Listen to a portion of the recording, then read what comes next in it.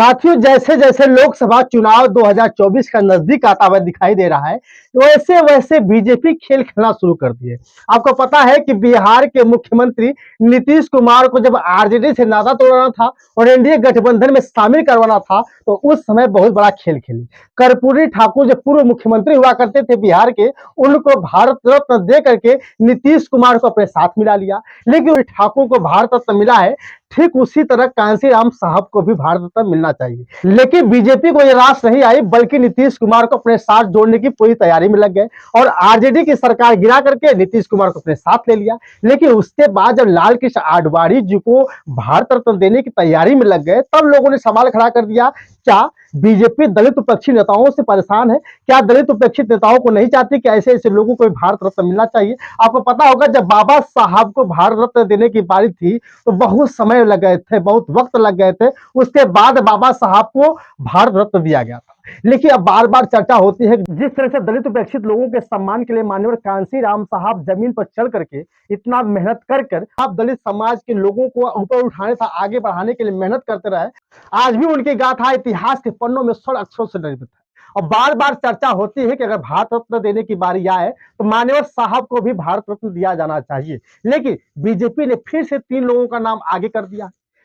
PV Narasimha Rao साहब, M S Swaminathan जी और तथा चौधरी चरण सिंह, जो पूर्व हमारे देश के प्रधानमंत्री हुआ करते थे। लेकिन इन लोगों का नाम में कभी कांशीराम साहब के बारे में जिक्र ही नहीं आई। जब इन लोगों के बारे में भारत रत्न देने की तैयारी चल रही थी, कांशीराम साहब के बारे में इन लोग नहीं जानते थे। क्या कांशीराम साहब नहीं याद आ रहे थे? कहीं ऐसा तो नहीं कि दलित उपेक्षित होने की वजह से इनको भारत रत्न से दूर किया जा रहा है? आपको पता है कि हमेशा दलित पिछड़ों के साथ खेल खेला जा रहा है। जब से बीजेपी की सरकार आई है, तब से ओबीसी, एससी, एसटी परेशान रह रहा है। भले ही कितना भी मोदी जी बड़े बड़े मंचों के साथ साथ संसद में कह दें कि मैं ओबीसी हूं, लेकिन ओबीसी की मर्यादा नहीं जानते हैं। कभी ओबीसी, एससी, एसटी पिछड़ों के बारे में नहीं सोचते हैं।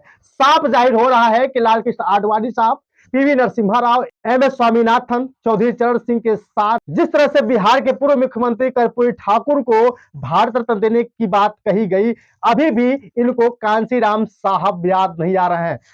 जब से बीजेपी ने इन 5 नामों को आगे किया है, बहन जी के हमेशा ट्वीट आते रहते हैं, मायावती के ट्वीट आते रहते हैं, और फिर से इन्होंने ट्वीट कर दिया है।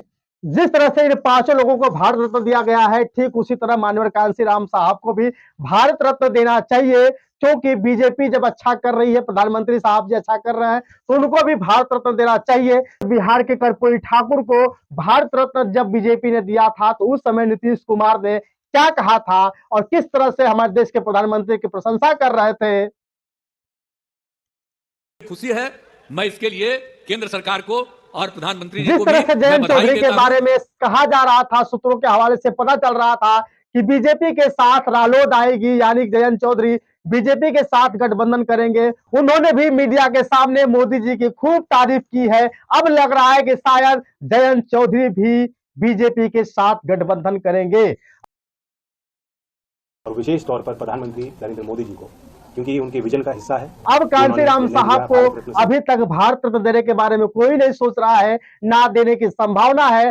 अब आपको क्या लगता है, अभी भी दलितों के सम्मान में बीजेपी काम कर रही है या नहीं? कमेंट की जरूर बताइएगा। तब तक के लिए बहुत बहुत धन्यवाद, शुक्रिया।